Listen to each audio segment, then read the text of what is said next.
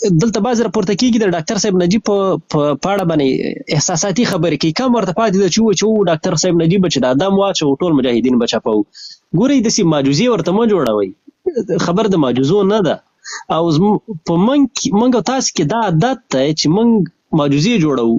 صحابه ته معجزې جوړې کړي، پیغمبرانو ته معجزې جوړې کړي، مولایانو ته جوړې کړي دي. مولا عمر ته ولا مولا عمر د خپل سترګه په خپل په چاکوره ایستلې ده، وای د سترګه لګه زخمی شو، وای ورته چا نه ښکارېدل، وای د دې په ځای چې خپل سترګه په اسمان کې وای د جب نه چاکوره وایسته، د سترګې ځان نه راوایسته، ایسته یې وغورځول او بیا یې ټوپک راواخیسته او ډزې کولې. هماغه دغه هیوادمله د شاه د شمشیره خبره ده، وای سر لاس کې نیولې په دوه مغسې، وای سر لاس کې نور جنګېده، وای په دوه توریو خلک سر لاس کې نو سر نه و په اس ناست او بس دځې کې سر قط او په دوه توري په لاس یو وروره ګوله سرونه خلکو نه به سرونه الوزول. نو خبر هم دغه ده کنه چې تاسو ډاکټر صاحب نجیب نه ګوره دغه کیسې به پسې نه جوړوي. ډاکټر صاحب نجیب ولې د خلک کې دومره وس احترام کوي او ولې دومره محبوبه شو؟ ځکه چې هغه څه ویلي وو هغه یو رښتیا شو، هغه کومه پیشبیني چې د کړې هغه ټول رښتیا شو. او داسې نه وه چې د په لاس کې څه نه وو، هغه خدای مجبور و دا خبرې کولې.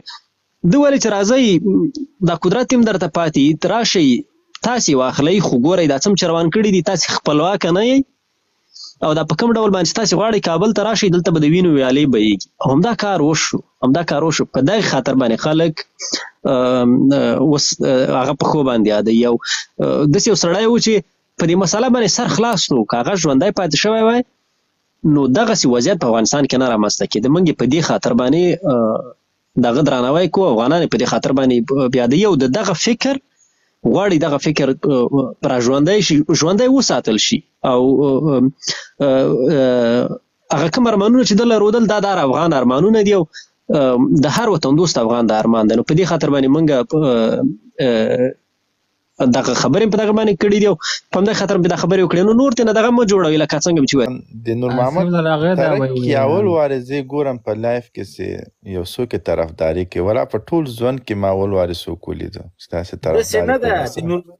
د نور محمد ترک په اړه باندې څوک معلومات ځکه نه لري چې موږ خلک دغه ډاکټر صاحب نجیب چې په چا ګران ده کنه دغه اوس به زه درته راپورته کړم د ډاکټر صاحب نجیب په اړه باندې 15 خبرې دی زه نه لري، بس یوازې طرفدار یې په دې ده چې خلکو په منځ کې دغه خبره یو ډول عام سوې ده.